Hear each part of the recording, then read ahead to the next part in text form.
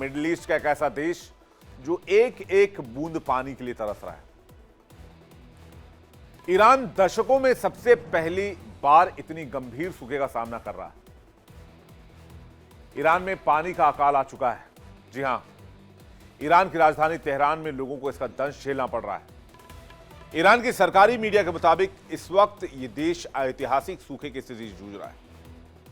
देश के 97% हिस्से में पानी सूख चुका है। पीने के पानी का मेन सोर्स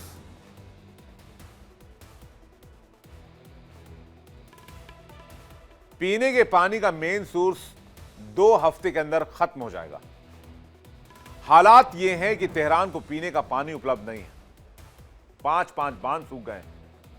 आमिर कबीर बांध में सिर्फ 14 मिलियन क्यूबिक मीटर पानी बचा है, जो इसकी क्षमता का महज 5% है। एक साल पहले इसमें 86 मिलियन क्यूबिक मीटर पानी था। इसे तेहरान में जल संकट ने दस्तक दे दी है। हालात इतने बिगड़ गए हैं कि सरकार क्लाउड सीडिंग यानी कि कृत्रिम बारिश का सहारा लेना चाह रही है। ईरान के अधिकारियों ने बादलों पर केमिकल छिड़ककर बारिश कराने की कोशिश की है। क्लाउड सीडिंग उर्मिया झील बेसिन के ऊपर की गई।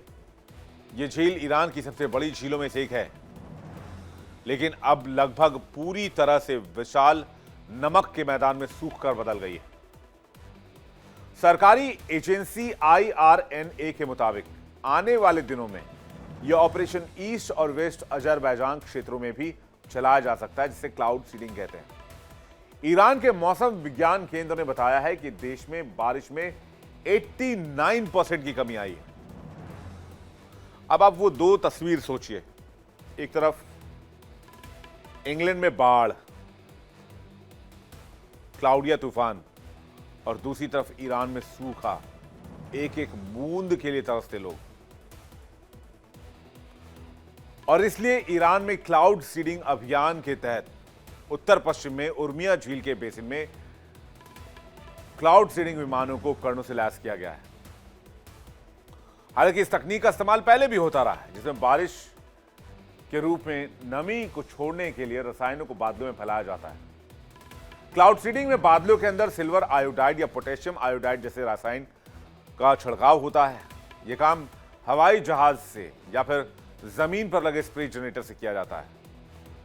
रसायन बादलों में जाकर पानी की बूंदों के बनने की प्रक्रिया को तेज करता है और इससे बारिश की संभावना बढ़ जाती है। यह तकनीक कई देशों में कई दशकों से इस्तेमाल भी हो रही है। UAE भी पानी की कमी से निपटने के लिए इसे बड़े पैमाने पर अपनाता है।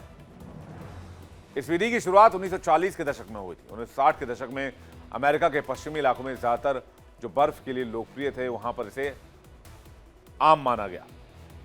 अगर बात ईरान की करें तो ईरान मिडिल ईस्ट का एक बड़ा देश है, जिसमें ज्यादातर इलाका रेगिस्तान और पहाड़ी क्षेत्र का है। यहां का मौसम ज्यादातर शुष्क रहता है, गर्मी ज्यादा रहती है। ग्लोबल वार्मिंग की वजह से तापमान बढ़ा है, जिससे बारिश कम हो रही है। ईरान में कम बारिश क्लाइमेट चेंज को सूखे की वजह माना जा रहा है, लेकिन अकेले ये ईरान के ऐसे हालात के लिए सिर्फ ईरान जिम्मेदार नहीं है।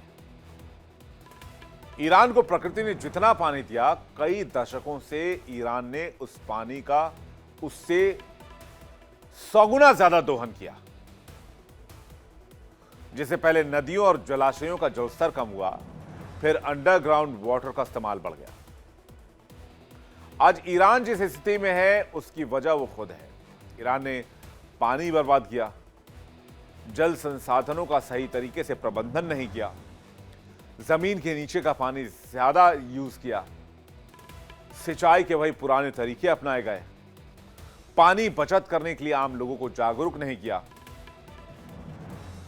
और इससे पानी की भारी कमी और जल संकट जैसी स्थिति आज ईरान में बनी हुई है। और अगर बारिश नहीं होती है, क्लाउड सीडिंग कामयाब नहीं होती है, तो ईरान में अगले 2 हफ्ते के बाद क्या होगा, इसे सोच पाना भी बहुत मुश्किल लगता है, रूह को कपा देने वाला लगता है, जिसे शब्दों में बयां कर पाना भी मुश्किल है।